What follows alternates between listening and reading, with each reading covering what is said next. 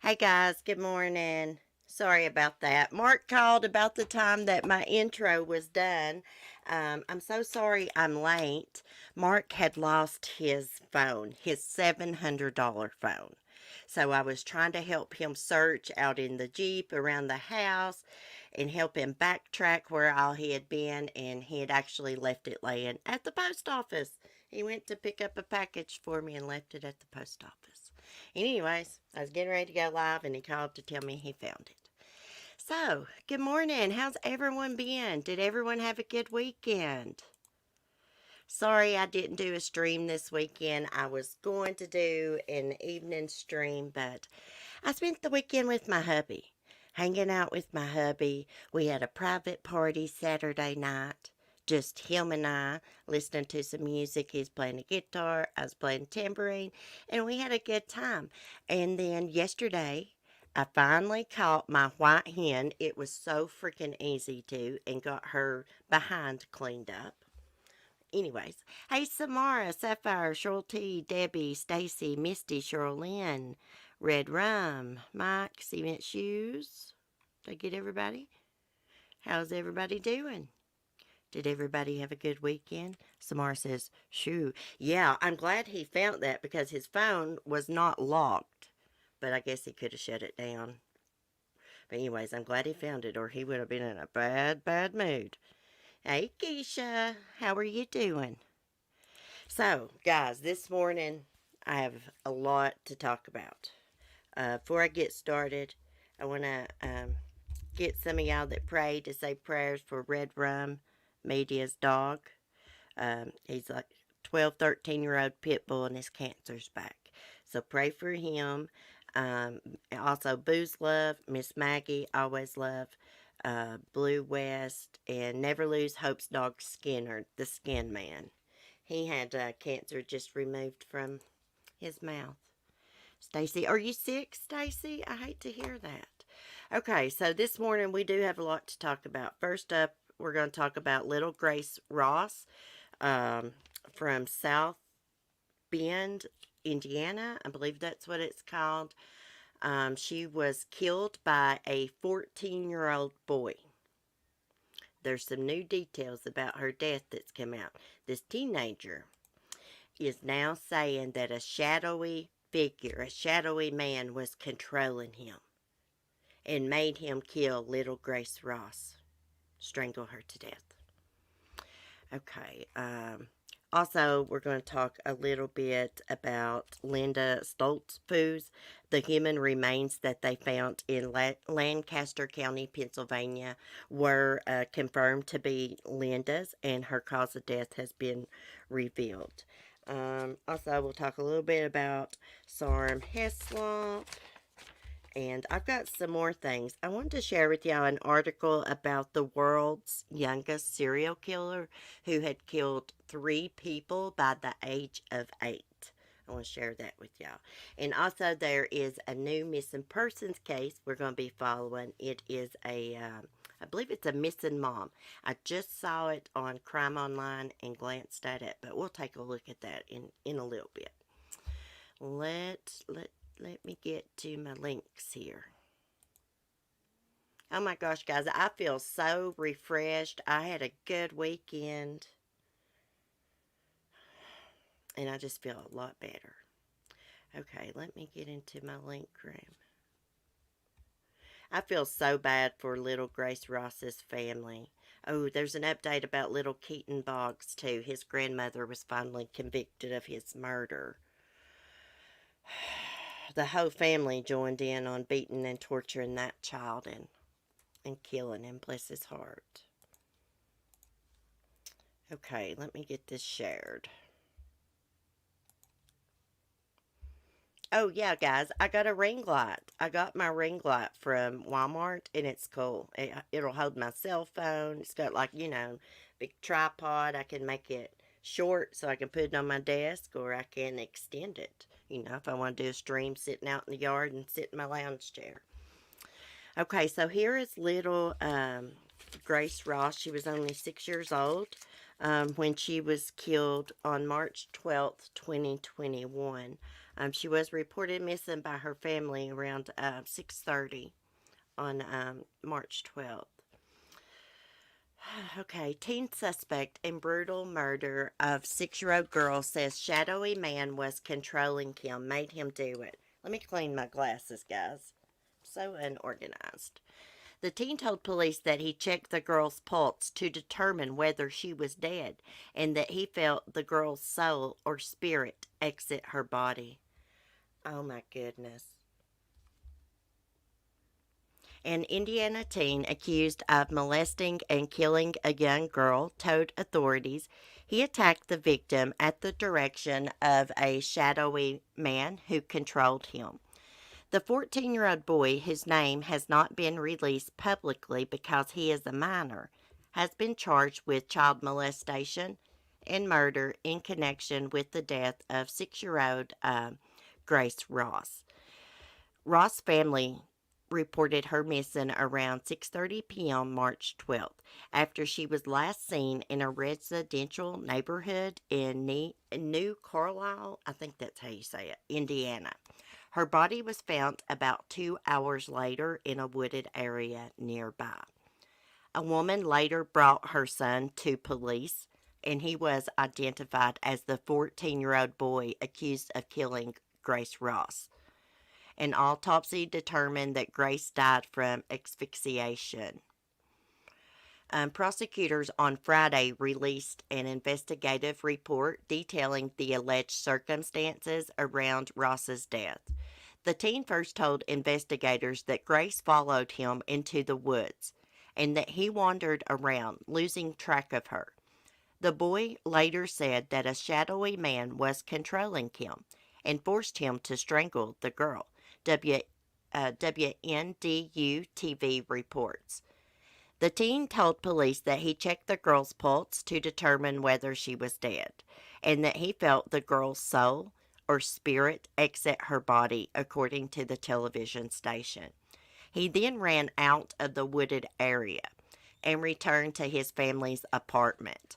He had blood on his hands and had removed his clothing, took a shower, put the soiled clothing behind a bathroom door, and put on clean clothes, according to the newspapers. Lawyers for the teen sought to seal off public access to the investigative report, asserting that disclosure of the information and the intense public interest in the case could prejudice their client. But on Wednesday, St. Joseph County Probate Court Magistrate, I cannot talk this morning, Graham Palando, ruled that the juvenile court proceedings can't be made public under Indiana law. If the offense would be charged as murder or a felony if the defendant were an adult. The ruling prompted the St. Joseph County Prosecutor's Office to release the report Friday. We conclude that the public's interest in information regarding the basis for this ongoing matter supports our release on this particular document in this case, the office said in a written statement. While the investigative report was released, hearings involving testimony from psychiatrists or other mental health professionals may be closed to the public. A hearing is scheduled for May 13th about whether the teen's case should be moved to an adult court. It has been postponed so prosecutors and defense attorneys can analyze the outcome of a mental health evaluation. New Carlisle is about 15 miles west of South Bend, Indiana. Well, this is a sad case, but I do have to give props to the teen's mom for taking him to the police station and turning him in. She did not cover up for her son. So prayers for her. But, firstly, prayers for little Grace's family. I can't imagine what they're going through. And prayers for this teen's mom and her family, because she can't help what her kid did. She did try to do the right thing and take him to the police station. I would love to know the details about that. Did she find those clothes behind the door? Because he had blood on his hands. He goes back to the apartment complex and he washes the blood off of him, takes his clothes off, puts it behind the door. She had to have found them. She had to have something alerted her. At least she didn't do what Kristen Smart's dad and mom, or Kristen Smart's, crap, Paul Flores, Kristen Smart's killer's mom and dad did. I cannot talk this morning. Hey, Carolina girl. Vicky, Lori, good morning, everybody I've missed. Cement Shoes, good morning. Anyways, prayers for that family. I just wanted to give y'all this update. 14 years old. He says a shadowy man was controlling him. Could be schizophrenic, or he could just be making that shit up. Trying to get out of trouble. We don't know. We'll just have to wait and see what that mental health evaluation says. It's a sad case all the way around. It is. That poor little 6-year-old girl. He lured her into those woods knowing he was going to kill her, I believe. I think he knew what he was doing. He ran home and tried to cover his tracks and get cleaned up and hide his clothes, didn't he? Well, anyways. Reminds me of those girls blaming Slender Man. I know, Carolina girl. That's exactly what I thought about, girl. And it went through my mind. Did he know about that Slender Man case? Probably, because my son knew about it. When that Slender Man case happened, I had to ask Timothy what Slender Man was, and he told me it's like an imaginary thing online. So I had, to look it up. This case right here kind of bothers me, and I think it gave me a little anxiety when I started reading it, because my son's 14 years old. And I could tell you, my son would never, ever do something like that. I know everybody's parents say that. Chris Watts' parents said that. But I know my son.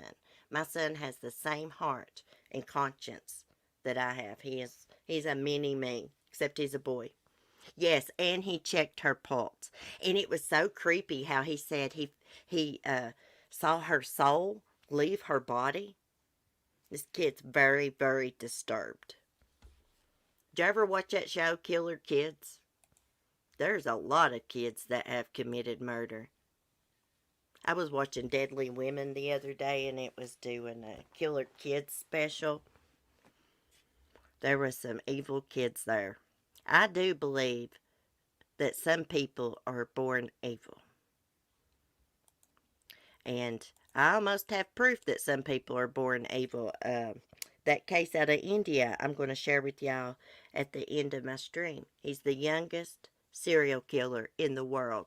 Killed 3 babies by the time he was 8 years old. Okay, what else are we going to talk about? Oh, Linda, let me see if I can say her name. Stoltzfus. Her name is so hard for me to pronounce. Why did I get anxiety when I started my live stream? I was fine. I do that sometimes. I'm just a nervous person, I guess. Okay, let me get this pulled up. Mark got me all bumfuzzled. He called me and then he pulled in a few minutes ago.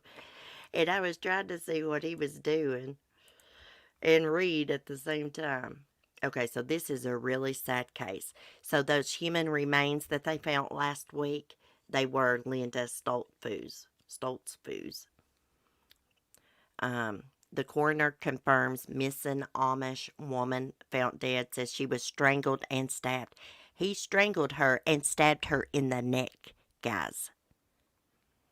Okay, a Pennsylvania coroner confirmed Friday that remains found earlier this week were those of missing Amish woman Linda Stoltzfus and said she had been strangled and stabbed in the neck. The Lancaster coroner ruled the death a homicide following an autopsy on Friday and said the stab wound contributed to Linda's death. Crews search for the 18-year-old who disappeared on June 21st, 2020, while walking home from church, found the remains in eastern Lancaster County. The remains were found in a grave in a brushy area on railroad property behind a business where the man charged with her death worked. Justo Smoker, 35, was charged with homicide in December after an initial arrest in August when he was charged with kidnapping and false imprisonment. Officials have not said what led them to the grave. They have said they believe Smoker killed Linda not long after kidnapping her and buried her in a spot near the village of Ronks, about a mile and a half from where Linda was last seen and where his vehicle was seen shortly after Linda disappeared. While searching the area, investigators found a bra and a pair of stockings. Authorities say they believe Smoker moved the body several days later to the spot by the railroad tracks in the small town of Gap, about 9 miles from Ronks. Linda was last seen walking along the road from church to her home, less than a mile away, and bird in hand. Witnesses reported seeing a red Kia Rio where she was last seen, and one said they saw an Amish female in the front passenger seat. Enhanced security footage reportedly shows two people walking across Beechdale Road during the time that Linda would have been walking home. The camera caught the pair only briefly, about 34 seconds before they walked out of view. Minutes later, the camera caught a red Kia Rio pulling out and driving away. The red Kia was seen in Ronks and was reported as a suspicious vehicle. The caller got the vehicle's license number, and it was traced to Smoker. Cell phone records put Smoker there just a few hours after Linda disappeared. Mervyn Fisher, Linda's uncle, told Penn Live that the family had hoped she would be found alive but prepared for the worst. That not knowing is a long, dark tunnel without an end, and when you find the remains, you have the end in sight, he said. It brings closure, and when there's closure, the healing process can continue. I agree with that. Linda Stoltzfus was the oldest child in her large family. Bless her heart. The Amish people are such good people. I mean, there's good and bad people in every culture, right? You know, I've read about some Amish killers, some killers from the Amish community. Hey, there's killers from every freaking community, you know? I really enjoy learning about the Amish community myself. I'm really into that Return to Amish show. It just came back on TV. But anyways, I pray for her family. I can't imagine what they're going through. Here she was, minding her own business, walking home from church, being a good young lady, and here this weirdo comes by and kidnaps her. I'd say she was sexually assaulted too, but there'd be no way to tell now, I wouldn't think. Because, I mean, she went missing like last summer, you know. So sad. Okay, well, I'm in my link room. Let me get my other article pulled up. I'll never understand these weirdos, y'all. I'll never understand them, how they could harm innocent people. This was a crime of opportunity. Or, you know, it could have been that he knew she walked home every day that way on Sunday. Could have been why he was in the location. Who knows? He could have been real familiar, with that area. Or he could have just been driving by. Never seen her before in his life. Saw an opportunity to abduct and rape and murder a woman. Mm-mm-mm. It disgusts me. Oh, yeah, I used to watch the Amish Mafia too, Stacy. Let me look at the chat. A search crew found her, Stacy. Now, they don't know what led them to that gravesite. If they just stumbled upon it, if cadaver dogs led them, if this Justo led them there. But I read another article that said that his cell phone placed him at that grave. So that's probably what led them there. Let me shut my door. Mark's in there messing with the dogs. Um, so sadistic and enjoy inflicting pain on people. Yes. Hey, Southern Mom. Yeah, these weirdos that they get power from inflicting pain on others because really inside of them they feel weak and they're cowards and they know it. So they got to prey on something that's weaker than them. 'Cause it builds, it makes them feel powerful and strong. They'll beat on an animal, little kids, a vulnerable individual. It's sick. That guy deserves the death penalty. He's going to hell in a handbasket, killing a young lady like that on her way home from church. I know they say the Lord will forgive you for things like that. I don't know about all that now. The Lord might, but I sure don't forgive him. I'm bad for that, guys. I don't forgive nobody for nothing they do to me. Isn't that awful? I think it's because I've been through so much trauma. Okay. Sarm Heslop. So we're going to talk about Sarm Heslop. So Sarm's friends are pleading for Ryan Bain to help search for Sarm. Now, according to his lawyer, he searched for her. He did not search for her. He might have searched for her like one freaking day. And that was it. And authorities can still not confirm if she went back to the catamaran that night. Her credit cards and cell phone was there. That don't mean she made it back there. They allegedly went out to eat at the, what's it called, 420 and Center, this little dive bar restaurant, to eat. And Ryan says they returned back around 10 p.m., went to bed, 2 a.m., wakes up to an alarm, anchor alarm, realizes Sarm's gone. Calls police. They tell him to call Coast Guard, and he doesn't for 10 hours. When he calls police, he says someone's fell overboard. Okay, let's read this. A friend of a British woman who vanished from yacht off the U.S. Virgin Islands has appealed to her boyfriend to shed more light on what happened. Sarm Heslop from Southampton was reported missing from Ryan Bain's boat moored off St. John early on the 8th of March. Andrew Baldwin has asked Mr. Bain to explain what happened in the 9 hours between him calling police and contacting the Coast Guard. Mr. Bain's lawyer said his client was devastated at what happened. Speaking to BBC Breakfast, Mr. Baldwin, a friend of Miss Heslop, age 41, said, "We're really desperate to find her and desperate to find answers and information." This is her friend right here, Mr. Baldwin. Virgin Islands Police Department has searched the island and its coastline using divers, drones, and dogs, but have yet to confirm if she was on board the catamaran the night before she was reported missing.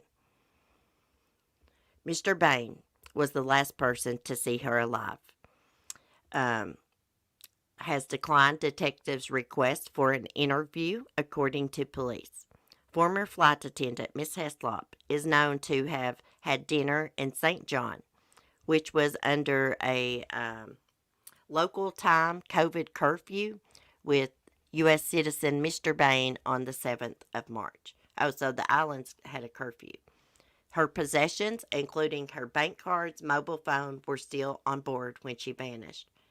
She is so cute. She is cute. She's cute.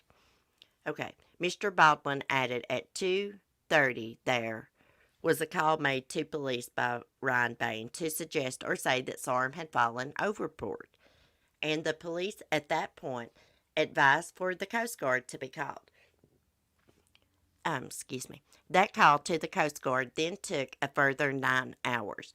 What happened in the intervening hours? Well, I can tell you, he's probably cleaning up the crime scene.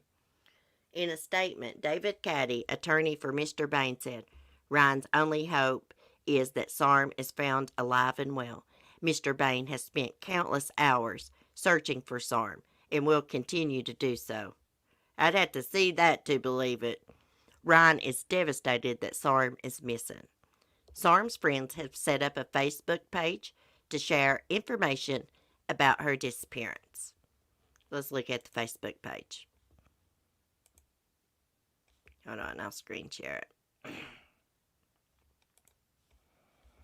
I was on it this morning. I didn't see an update. It's been like a couple days. They know that her friends know he done something to her. He has not been out searching. That's his tale, and I'm sitting on mine. Prove it to me. Because from everything I've read, he's not been searching at all. He wouldn't even let them search his boat. Is that the acts of an innocent person?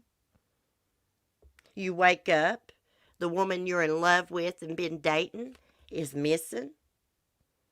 You call the police, they tell you to call the Coast Guard. You don't do it. And then you don't let investigators look inside your boat.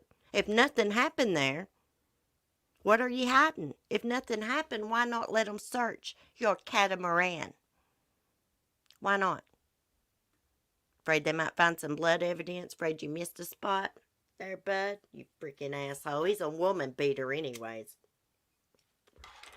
There is, oh crap, I about burnt my pajamas. There is court records to prove that, police reports. Okay.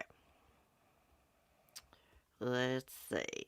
So the last update, okay, this is a pin post, April 23rd. Let me go down here.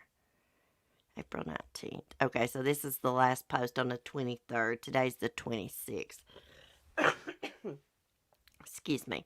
It's been 46 days since Sarm went missing in the U.S. Virgin Islands from the catamaran she was staying on in St. John. This morning, BBC Breakfast were kind enough to help us further our plea for any information that might lead to our friend. Please share to help us. Hashtag find Sarm.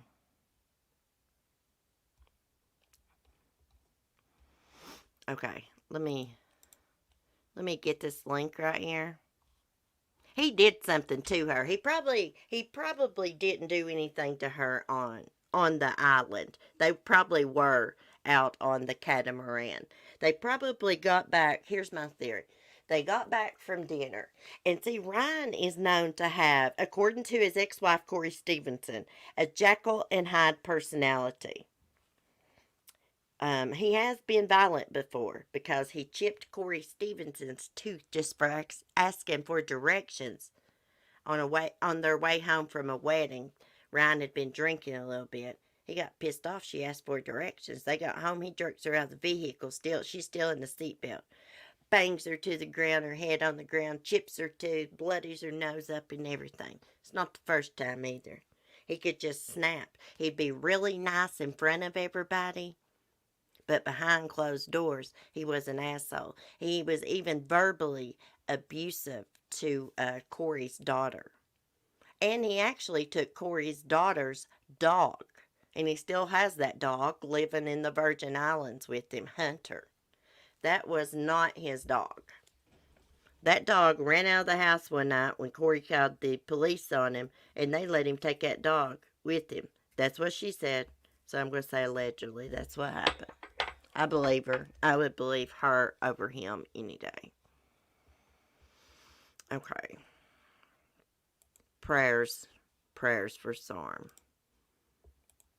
I hope they find her safe and sound, but guys, I don't think that they're going to. I really don't. I hate to say that. I hate to be like so negative about it, but I just have like a really bad feeling. I've had a really bad feeling since the first time I read an article about this. We know how these cases goes. Is it possible someone could have got up on that boat, kidnapped her? Hey, if they was going to do that, they would have woke that dog up. They got a dog on board with them. That didn't happen. He did something to her. There was another boat moored out just beside of them. That next morning, he didn't holler over or radio over to the other yacht and ask if they had seen anything suspicious, heard anything, or anything like that.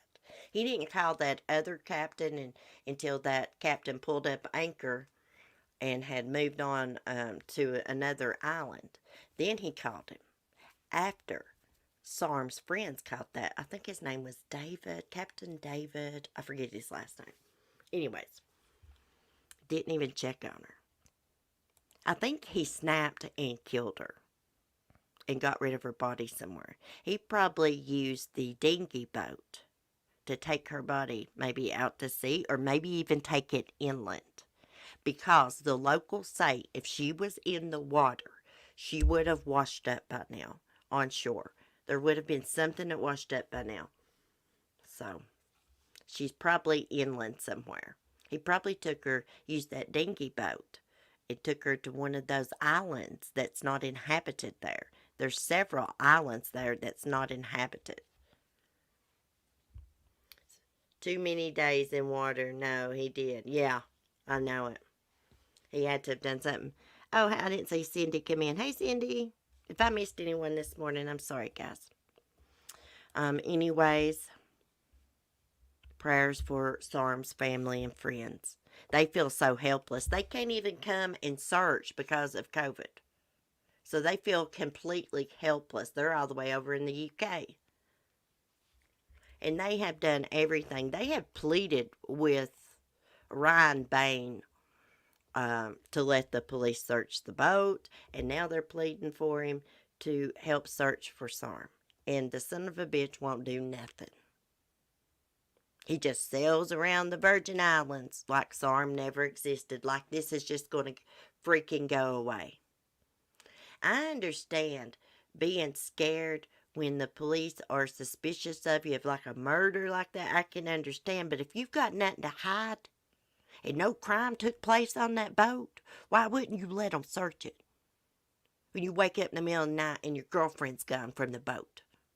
They hadn't even been together that long. They just got together at the start of the pandemic. They met on Tinder. Something's just not right. That's not the acts of an innocent person. You don't want them to search that boat for a reason. What is the reason? There's some kind of evidence in there, I bet. Okay, what are we going to talk about next? Did I do my topics, Grace? Yeah. Okay. So there was first, I got to share this with y'all. Guys, there was this guy in, let me see where this is at. Maricopa County? Where's that at? Is that in Arizona? Anyways, he got mad at his neighbor and went and tried to slice their tires. But guess what he did? He sliced his own damn finger off and left it there and fled. He left his damn finger there. I swear, I kid you not, I'm going to show you. I'm going to show you. People are so freaking crazy. So, it's like a suburban neighborhood. One of the neighbors was having a get-together. And there was a couple there that kind of had a disagreement, I guess, with the other neighbor. And anyways, let me just read this. This is good enough for him. Let me see if I can find a finger. Look, they got the finger blurred out, but there's the finger laying there. Okay.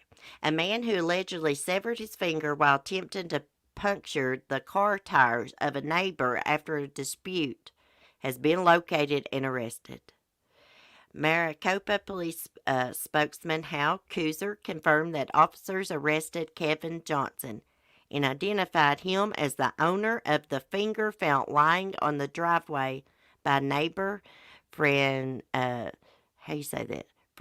Francesca Wyckoff the morning of April 15th. Johnson was allegedly angry over a dispute that occurred the previous night at a neighborly get-together where he reportedly pushed and threatened Wyckoff and her husband and was asked to leave. Johnson was charged with criminal damage, assault, threatening and intimidating, and disorderly conduct stemming from both the slashed tires and the previous night's disagreement. And you can't be going putting your hands on people. Can you believe this? This is what you call karma.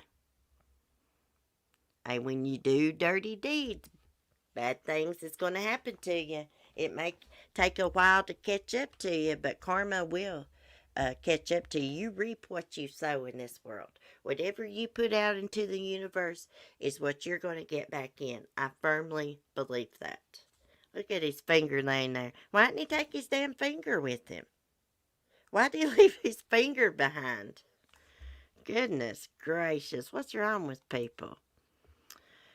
Okay, oh, did y'all see where Lindsay Lohan's dad was arrested? For getting kickbacks at a drug rehab? Like, he would give this clinic referrals, and they'd pay him like $25,000 a referral. We can read the article if you guys want. I have a sad case I want to share with y'all, though, first. That Lohan family, they're shady as hell. I watched him on a talk show. Some lady had took him there, and he was getting a DNA test done. He had another daughter, it turns out. Come back, it was his child. She looked just like Lindsay Lohan.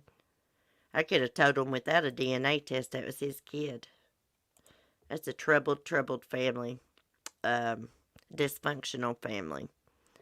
The babies won't let me sleep. Mothers tell cops she first tried to poison newborn twins, then scalded one, stabbed the other. She tried to put, well, she didn't try, she put pine sol in these babies' bottles and tried to kill them.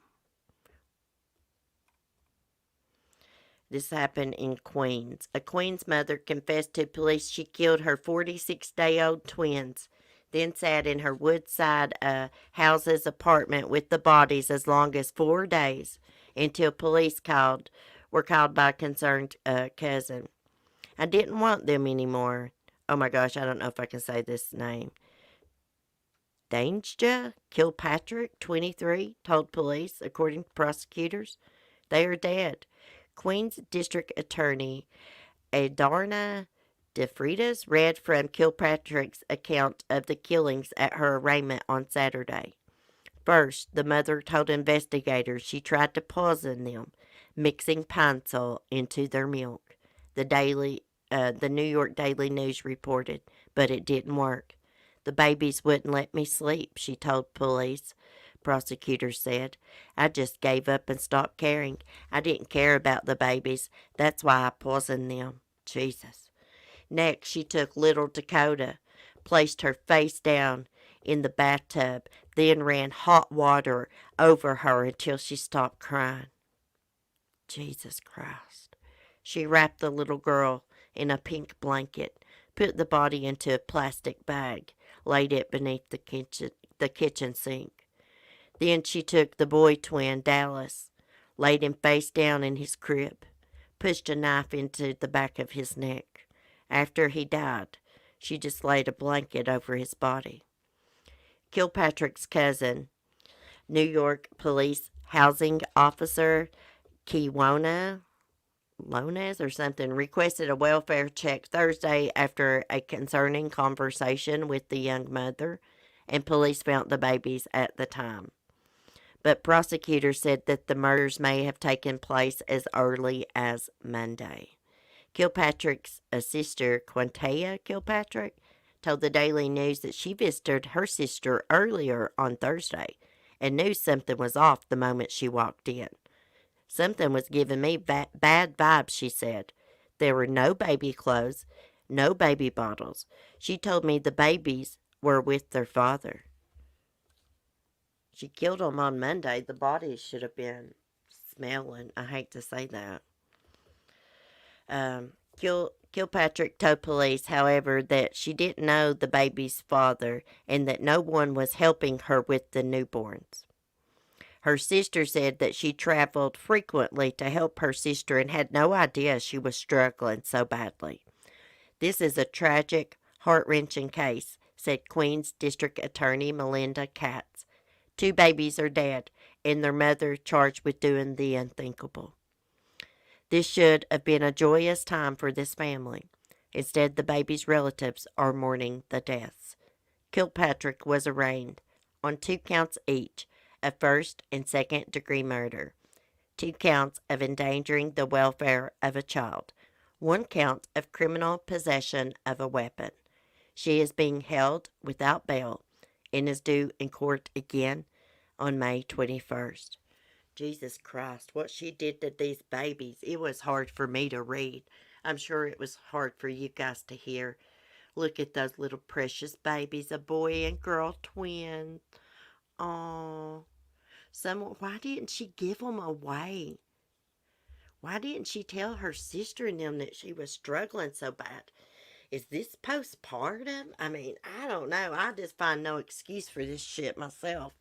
Postpartum, mental illness, anything. I feel for anybody that's in that bad of shape, that bad of mental shape, but you can't excuse killing kids because someone's got postpartum depression. You just can't, or got schizophrenia or something. There's just no excuse. Prayers for this family. I can't imagine what they're going through. I mean, it's just, I can try to imagine, but you just will never know what they're going through until we walk a mile in their shoes, and hopefully none of us ever have to do that. I just want to look at my chat. Oh, I have an update about James Hutchinson. Mike, when I was reading that, I was thinking about you and your spouse, because I know y'all would love to have a baby, and would took these babies in a heartbeat, just like any of us. That's exactly what Todd Colehep said about his goldfish when he killed it. I didn't want him anymore. Oh, that's that weirdo serial killer from the Carolinas. I know exactly who you're talking about. They found that girl alive, chained up in a storage container on his property. I'll never forget that when it came out on the news. Yes, thank you, Cece. I know, Mike. It's so sad. But these people, when they get in this bad of shape mentally, they think that there's no way out, and the only way to their problems are going to end is to murder their kids. I'll never understand a state of mind like that. Y'all know I've got some mental health problems. I didn't get postpartum when I had Timothy. That's the happiest time in my life. Really. But I have PTSD and manic depression and stuff, and I have never thought about harming my child or anyone, animals, anything. Even like, when I was really upset the other day and I was crying and I was real manic, my things like that just don't go through my head. Now, have I ever had thoughts towards myself? Yes, in the past, but not towards anyone else. So it's hard for me to understand because I deal with mental illness too. Hey, Colleen, you're late. Let me get you a late slip, girl. Speaking of late slips and members, we got to have a member stream. We'll probably do it Wednesday night. We'll have some fun. We'll play some type of game or something on the porch. Looks like the weather's warming back up. Okay, so I have an update about little James Hutchinson's case. Let me find it. Shout out to Red Rum Media. She sent me the link to the article this morning, and so did Amanda Lynn. Shout out to both of those ladies. Y'all check their channels out. They're cool ladies. Let me see. I probably have to get into my messages and open it.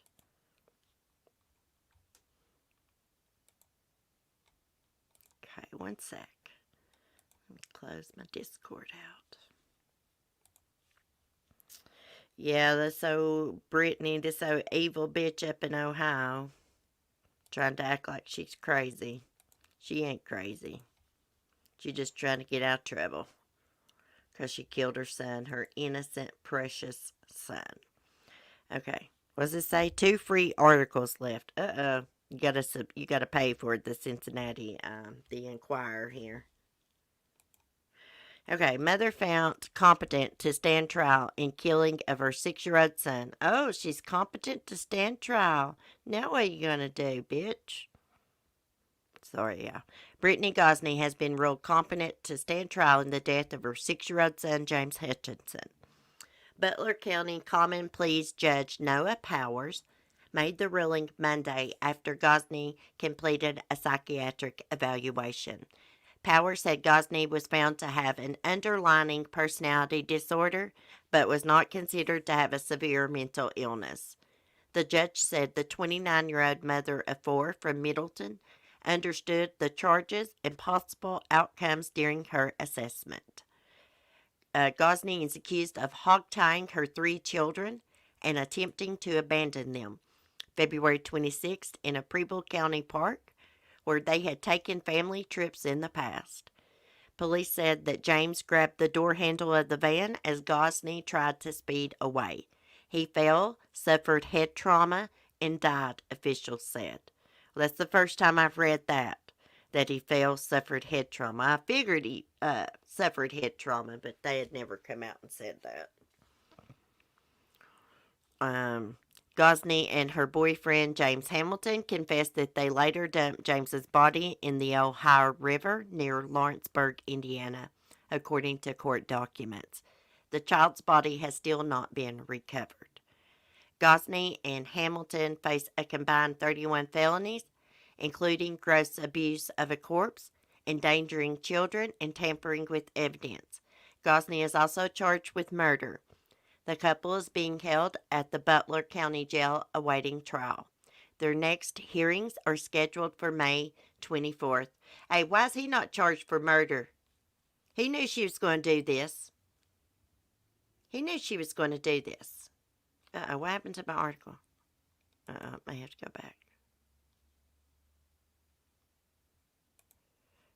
He knew she was going to do it. He was encouraging her to get rid of her children. What kind of piece of shit woman tries to abandon her kids for a man? Oh, yeah, guys. I know how to say if you want to call someone a piece of shit in Russian. Hey, short nice. If you want to call somebody a piece of shit in Russian and you don't want them to know, call them a kakasha. She's a kakasha. Piece of crap. They both are. Bahaha, competent to stand trial. Have fun with Lori making commissary food color abomination lipstick. Hey, Emily, good morning. Let me get over to my live chat. I'm just looking at the StreamYards chat, and it only shows top. Ain't that dumb? They could at least show the live chat on there and make pay for it every month. Damn. Think about that. I think it's about $24 a month for a year. They should at least give us live chat I can look at, right? Without me having to pull it up on YouTube and then mute it. Well, he has only been charged with tampering with evidence and abuse of a corpse, Emily.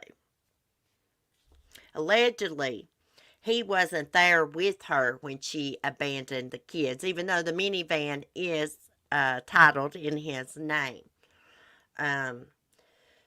Allegedly, he wasn't there. I'm positive the police interviewed the other siblings. I know they did. I read an article about it. So they probably confirmed that he wasn't there with them. But imagine what those little kids seen.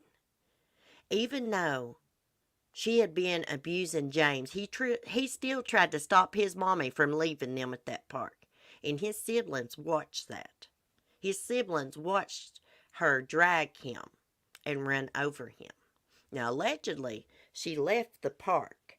Now, I don't know. It says she left the park. She returned about 30 minutes later, loaded James's body up with the other 2 kids, drove them home.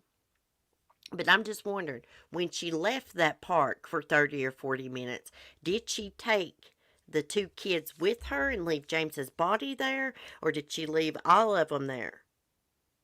I'm confused about that. Maybe somebody can tell me in the comment section. Mandolin, Red Rum. That's really close to their area. It's so sad. They've not found his body. And then there's another little boy. They think he was thrown into the river alive. Little Nilo Lattimore, I believe that's his name. They still haven't found him either. No, she's the only one that's charged with murder at this point. And it's so weird. Her boyfriend, James Hamilton, is actually her brother in law. It was her sister in law's husband. Her sister in law's husband. Now, allegedly, she tried to give those kids away to her sister in law, Priscilla Farley. I believe that's her name. So sad. Okay. I have one more thing I'm going to share with y'all. I see there. Oh, no, I got two more things. There's a missing mom. We'll look at that. Let's look at the missing mom. And then I want to share that story about the youngest serial killer. I see something about Letitia Stouch.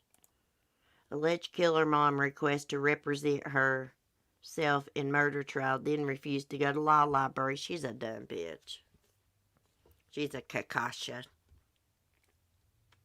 That's our new word here, guys. Kakasha. Hey, if y'all get mad at your husband, just say you're a kakasha. My dogs keep opening my daggone door. That gets so annoying. Okay. See it. Doorbell video shows missing Mama 3 hours before she vanished. Police say foul play is possible. So this is our new missing persons case. Police and volunteer groups in Texas are searching for a Houston woman who has been missing for over a week, and investigators say they have not ruled out foul play. According to KTRK, Erica Hernandez was last seen in the early morning hours of April 17th. That previous Saturday night, she had gone to visit family members and later went to a friend's home. She is believed to have left the friend's home at about 2:30 a.m. April 17th. Erica was seen on Ring doorbell camera video leaving the home of her sister-in-law the night of April 16th after dropping off some food. She is seen walking back to her vehicle where her 3 children, ages 3, 16, and 19, were waiting in the car. We will watch the video. According to the report, Erica 40 dropped off her children, then went to visit a friend in southwest Houston. Authorities have not publicly identified the friend she visited. Family told the news station that Erica was wearing the same clothes, a teal V-neck shirt and jeans, as she had been earlier Saturday night. Her sister-in-law, Eldia Hernandez, said that nothing seemed out of the ordinary when she last saw Erica. She was fine. She was happy, she told KTRK. She was a little tired, but that was about it. Family and volunteers have organized intensive searches for Erica Hernandez, focusing on the area where she may have started to drive home after visiting her friend early April 17th. Erica was reportedly driving a 2020 GMC Acadia with an Angie Mom decal on the back of the vehicle, and investigators reportedly believe she was last seen near McHart Road in the Fort Bend Tollway. Erica's brother told the news station that would have been an alternate route for Erica to have driven home. Her family says that is deeply out of character for Erica to be out of touch with her children. We called the hospitals. We asked for her name and asked for Jane Doe's nothing. Erica's sister-in-law told KTRK. We're all frustrated. We're all in disbelief because this is not like her. This is not her routine. Her kids are her world, and she would never, ever leave her kids. It's always very alarming when someone has a routine, such as myself. I have a routine, and, they go missing, and the routine's broke. something bad's happened. Houston police told KTRK that investigators have not ruled out foul play and that the missing persons investigation remains active. According to the report, Houston Congresswoman Sheila Jackson Lee met with family members this week and plans to, God, it scrolled on me, plans to announce on Monday the details of her initiative to help the search. Texas EquiSearch and Texas United Coalition are aiding in the search.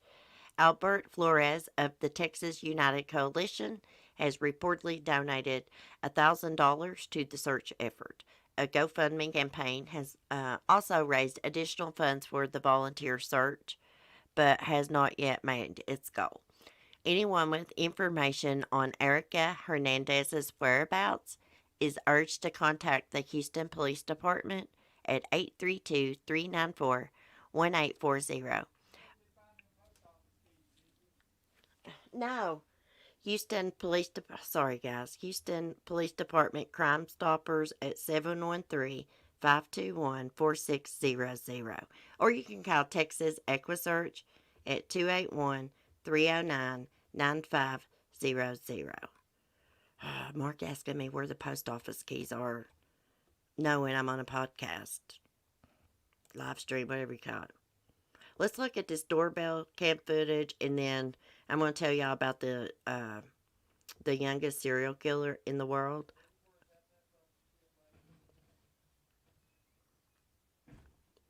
Okay. Let me see. If it'll play, I will.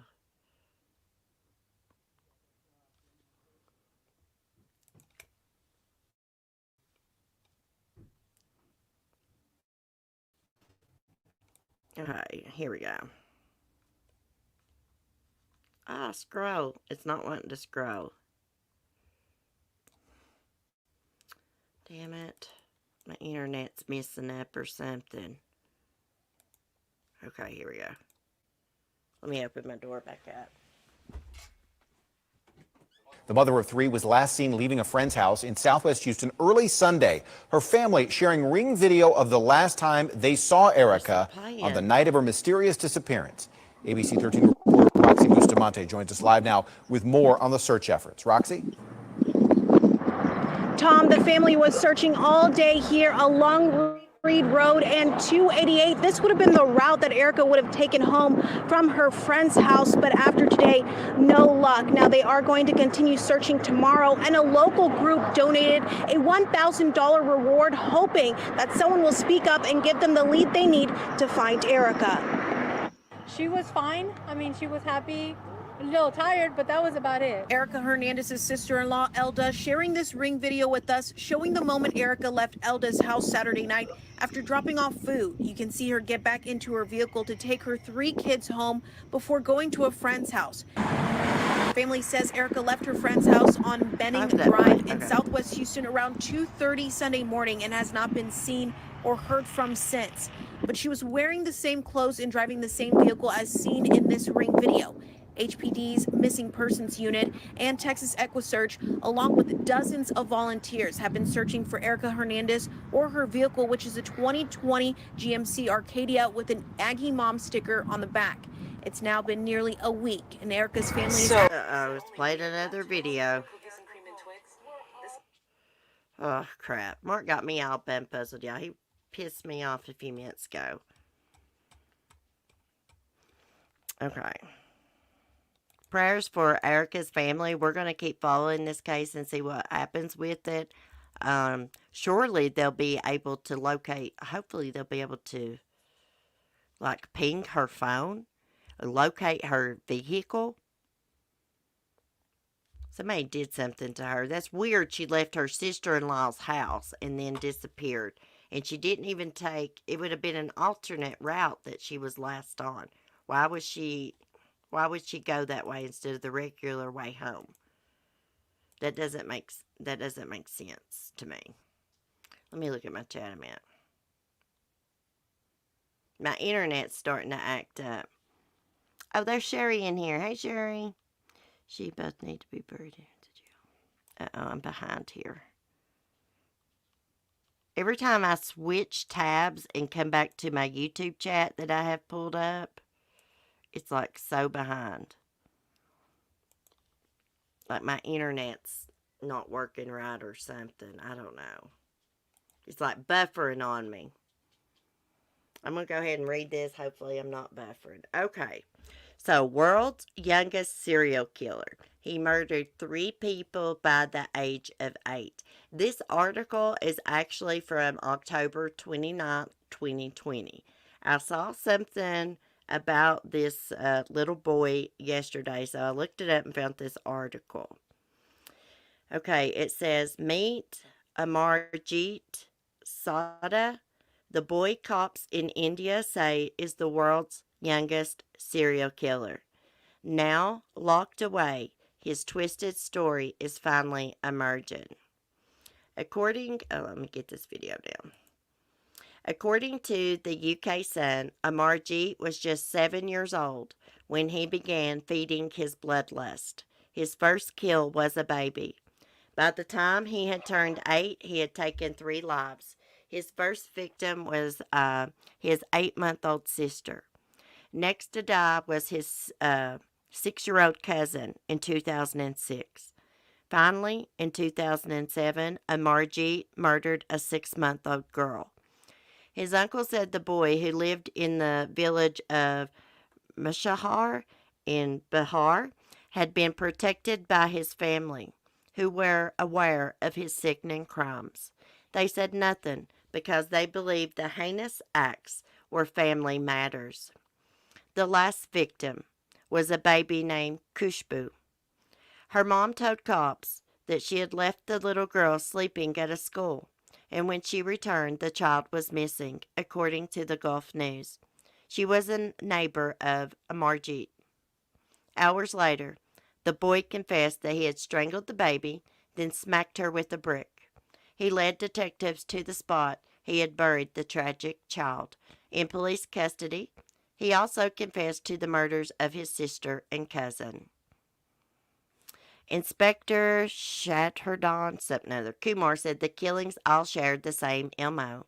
In custody, the boy smiled a lot but didn't speak, Kumar said. Because of his age, Amarjeet posed a serious problem for Indian authorities. Under the country's law, a child can't be sent to prison and can only be detained at a child's home until they are 18. His current whereabouts are unknown, and he would now be 22 years old. The Times of India reported that a psychologist who spent time with the boy called him a sadist who deprives pleasure from inflicting injuries. Some people are born evil. I really, really believe that. Some people are born evil. Look at him. He looks evil as hell, and just think, he's 22 years old now. They say he's locked away, no one knows where.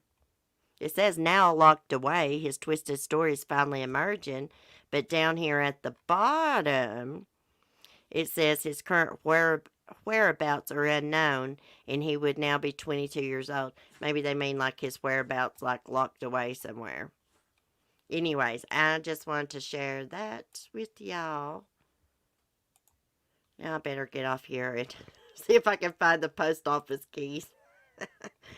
Mark was mad I was live and he was looking for the keys. The hell, I can't help it. I mean, he loses everything. What are you supposed to do? He's done lost his phone. Lost a lighter this morning. I mean, crap. Give me a break. Sounds like another similar case where the parents are protecting the son. They did. They protected their son. They could have prevented these other children from being murdered. But the way that the Indian culture is, you don't, you handle things within the family. You don't go to outsiders. Look, I said it the other day. I love my son more than anything in this world. But I could not cover for him for hurting someone else's child. I just couldn't. It's not right. It'd be a hard thing to do, turn your own kid in, but, I mean, you gotta do what you gotta do sometimes. Anyways, I guess I better get off here, guys. Find the post office case for old Titty baby. Lord have mercy. Do y'all's husbands get mad when they can't find stuff? Is it just me? Like, what's going on? Let's take a chill pill. Anyways, I will probably see y'all for some coffee on the porch, more than likely, if I get myself put together today. I'm going to show y'all my ring light I got. And I'm supposed to have a package in the mail, so I may show y'all some more things. It'll probably, if I do one, it'll probably be around 7 p.m. I'll make a post about an hour before I plan to go live. Anyways, I want to thank y'all for y'all's support and chatting with me. Y'all have a great day. Be safe, be kind, and peace.